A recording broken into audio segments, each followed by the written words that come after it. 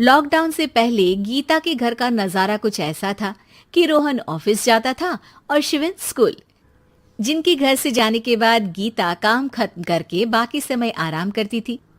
लेकिन लॉकडाउन के बाद ऑफिस और स्कूल घर में ही खुल गए और इससे गीता का हाल वो तो आपको देखने में ही मजा आएगा।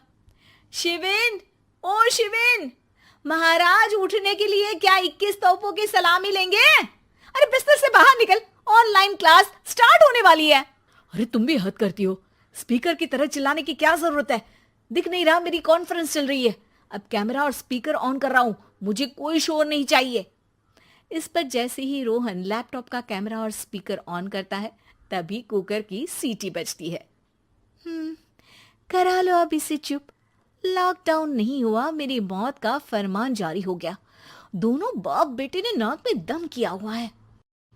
ऐसा बोलकर गीता वहां से शिविन के कमरे में पहुंच जाती है, जहां शिविन अभी भी सो रहा होता है। ओ आलसी, अब अगर 5 मिनट में नहीं उठाना तो आज तेरा गेम और यूट्यूब कैंसिल।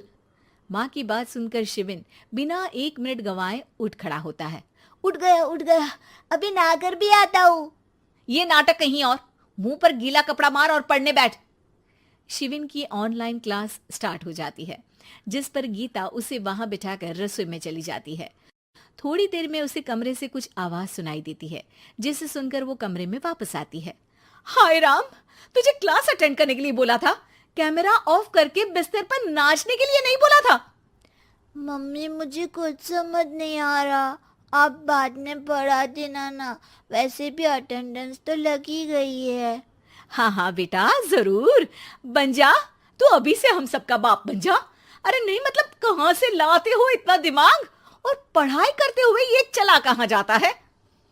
नाइस क्वेश्चन, दिमाग से पूछकर बता दूंगा। शिविन की बातों से परेशान होकर गीता उसे मारने के लिए जैसे ही आगे बढ़ती है तभी वो कमरे से बाहर भाग जाता है। अब शिविन आगे आगे और गीता हाथ में चप्पल पकड़े उसके पीछे पीछे पूरे घर में दोनों घूम रहे होते हैं। इसी बीच वो रोहन के पास पहुंच जाता है और शिविन को मारने वाली चप्पल रोहन के लैपटॉप पर जाकर गिरती है। ओए माँ! मम्मी, अब पापा को चप्पल मार रही हो? वो आज तक के रिपोर्टर, चुपचाप जाकर क्लास अटेंड कर ले, नहीं तो अगली तेरे पीछे लगेगी। इस पर शिविन वहां से चला जाता है, जिसके बाद रोहन गीता से कहता है, इस सर्कस के लिए कुछ बोलना चाहोगी? अरे क्या करूं, जब से तुम दोनों घर में रहने लगे हो घर अपने आप ही सर्कस बन गया है और मैं तुम्हारी नौकर। कभी बेटी को संभालो तो कभी बाप के नखरे उठाओ। इन्हीं सब उथल पुथल में दिन बीतते रहते हैं, जिसमें हर रोज घर के अंदर कुछ नया सियप्पा खड़ा मिलता है, जो ज्यादातर शिविन और रोहन के ऑनलाइन स्कूल और ऑफिस से रिलेटेड ही होता है। एक सुबह, शिविन चल उठ, आज की क्लास जल्दी है। कैमरा ऑफ करके आप अटेंड कर लो। अरे ऐसे छित्तर पड़ेंगे, दादी नानी सब एक साथ याद आ जाएंगी। गीता की लाख मशक्कतों के बाद क्लास तो खत्म हो जाती है, लेकिन उसके बाद शिविन फोन इस्तेमाल करते हुए इंस्टाग्राम रील बनाने लगता है।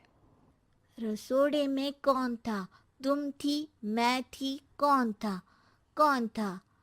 हाँ, मैं गरीब हूँ। अरे ओ गरीब के बेटे, आजा, मैं बनाती हूँ तुझे गरीब। मैं बताती हूँ रसोड़े में कौन था। पढ़ाई करने बोलो तो इनकी माँ मर जाती है, और ये पागलपंतियां जितनी मर्जी करा लो। गीता शिविन को डांट रही होती है, तभी रोहन बीच में बोल पड़ता है। अरे बच्चा ही तो है, इतना गुस्सा क्यों कर रही हो? बेटे का साथ देने की इसी एक कोशिश में अब शिविन के साथ साथ रोहन भी गीता के गुस्से की सूली पर चढ़ जाता है। अगर बेटे पर इतना ही प्यार आ रहा है तो इसे क्लास अटेंड क्यों नहीं कराते, इसका होमवर्क क्यों नहीं कराते? उस समय तो बहुत जल्दी मीटिंग आ जाती है, वो काम मैं करूं और यहाँ इस बेफिजुली की चीज में तरफदारी करके बन जाओ महान। हे भगवान, कोई तो इनके ऑफिस और स्कूल खुलवाओ, मैं इन्हें और घर में नहीं सह सकती। अरे कुछ और मांग लेती, क्योंकि तुम्हारी ये विश इस साल तो पूरी होने से रही, कोरोना। हाय नास बेटे ने जिंदगी ही बर्बाद कर दी। खाए कोई पचाए कोई, कल मुझे चुन चुन कर सबको मेरी बद्दुआ लगेगी। उन्होंने दुनिया का और इन बाप बेटे दोनों ने मेरा जीना मुश्किल कर दिया। गीता वहां से चली जाती है, जिसके बाद रोहन शिविन से कहता है, अरे तुम्हारी मम्मी इतनी भड़की हुई क्यों है? आपकी वजह से पूरा समय घर में रहते हो और उस पर कोई काम कराने की जगह बस ऑर्डर देते रहते हो। अच्छा बेटे, सारा इल्जाम मुझ पर? पूरा दिन तो वो तुम पर ही चिल्लाती है। हाँ, मतलब दोनों का 50-50 है, कुछ करना पड़ेगा। वो कहते ना, make the best out of worst. I have an idea. वैसे तुम्हारी माँ सही कहती है, बहुत जुबान चलाने लगे हो, कम बोला करो। अगली सुबह रोहन और शिविन अपनी गलती को सुधारने के लिए गीता के उठने से पहले घर का आधा काम खत्म कर देते हैं, जिसे देखकर गीता खुश हो जाती है और फिर बाकी बचा काम वो तीनों मिलकर पूरा कर लेते हैं। जिसके बाद अब वो सब मिल बांट कर हर काम में एक दूसरे की मदद करते हुए लॉकडाउन का मजा लेने लगते हैं।